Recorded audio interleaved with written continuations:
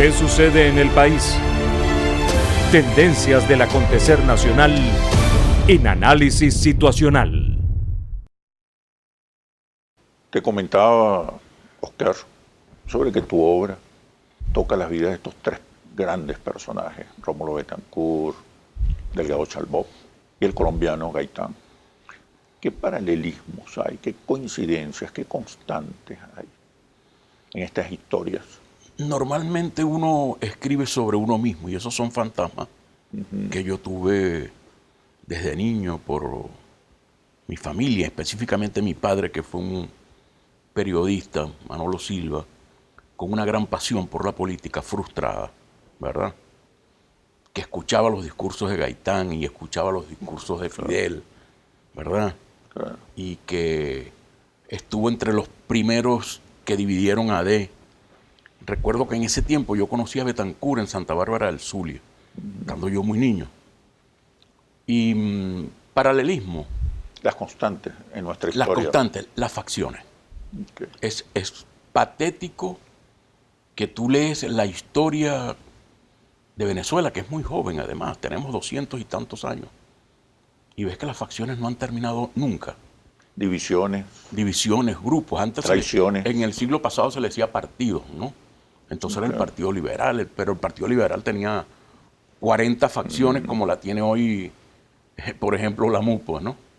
Y el Partido Conservador tenía también sus matices. Entonces eso es lo que ha caracterizado, es una constante en la historia nuestra y patéticamente se repite. Y que no tiene nada que ver con las ideologías, el pensamiento, tiene que ver con la condición personal. No, en absoluta, y hoy menos, Sí. y hoy menos. Son fraccionalismos, individualismos. Movidas por el egoísmo, la envidia, Gaitán hablaba la ambición. Gaitán hablaba mucho del fraccionalismo del Partido Liberal, porque Gaitán fue víctima, ¿verdad?, de esas numerosas fracciones de ese partido. Betancourt también vivió todas esas fracciones, ¿no? Todas esas divisiones, el MIR, el PRIN, el MEP. Últimamente ya Betancourt no está vivo, pero un Nuevo Tiempo, y ahora Nuevo Tiempo se han atomizado. Se volvió a dividir, entonces... Todos los partidos se han atomizado esa es una de manera constante, dramática. Es una constante. Y con respecto a los liderazgos que nos ha tocado como venezolanos, ¿qué constantes hay? ¿Cuáles son las cualidades? El individualismo, el heroísmo, el supuesto heroísmo hecho sobre una historiografía edulcorada, ¿verdad? El día pasado estaba tratando de releer Venezuela Heroica, de Eduardo Blanco, y en el prólogo que hace Martí, ¿verdad? Martí dice: Venezuela ha vivido de caballo en caballo, ¿verdad? Resulta que los caballos de Boves eran los caballos luego de Páez, y los lanceros de Boves eran los lanceros de Páez, ¿verdad? Y cuando yo hablo de una historiografía edulcorada, es porque tú lees una sola página de Venezuela Heroica y quedas cansado, quedas agotado. ¿Qué Homero, qué Ilíada, qué saga alemana? Quedas agotado. Pero es muy humano, ¿no? La búsqueda de líderes heroicos, de epopeyas, de épicas. Es fundamental, incluso dentro del marketing electoral, político, la construcción de una épica es vital para fortalecer, proponer un liderazgo. La épica, pero luego esos líderes se transmutan en sus pasiones personales, en sus venganzas, en sus rencores, en sus apetencias. Ha pisado la condición personal mucho más que la ideología, las ideas, el pensamiento en nuestra historia contemporánea, por ejemplo. Sin duda alguna, en el caso de Delgado, por ejemplo, Delgado no tenía ideología. Delgado es un hombre formado en Europa. Delgado viene marcado por la necesidad humana de emular a su padre, ¿verdad? Quien aspiraba a derrocar a Gómez en la invasión del Falque. Y luego a Delgado se le dio esa oportunidad, además en apenas 10 años, ¿verdad? Delgado viene como ingeniero civil y termina siendo ingeniero militar y termina dando clases de matemáticas. Buena parte de su vida sí. la hace en Europa. los últimos 10 años de la vida de Delgado están vinculados a la educación en el mundo militar, no a la carrera militar que sí hace Pérez Jiménez, ¿verdad? Que por cierto, Pérez Jiménez un aventajado en la Escuela de Chorrillos, y la Escuela de Chorrillos de Perú, que en ese tiempo era una de las más importantes, es una escuela con formación francesa, pues. Y Delgado viene con formación francesa, de manera que Pérez Jiménez debía conocer algunas claves. En el caso de Pérez Jiménez, Rómulo Betancourt, Gaitán, ¿qué coincidencias hay en esos liderazgos? Gaitán y Rómulo se conocieron, y Gaitán participó en 2 mitines donde Rómulo estuvo, uno en Maracaibo y uno en Caracas.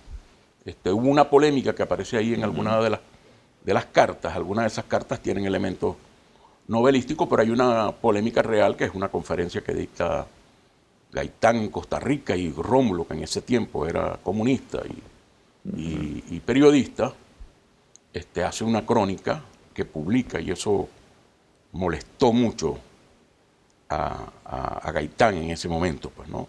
La descripción que hace Rómulo de... Luego me preguntabas Pérez Jiménez. Sobre el tipo de liderazgo de estos personajes tan importantes en nuestra historia. Pérez Jiménez es más una parte de lo que en ese momento se llamó la Internacional de las Espadas, ¿no?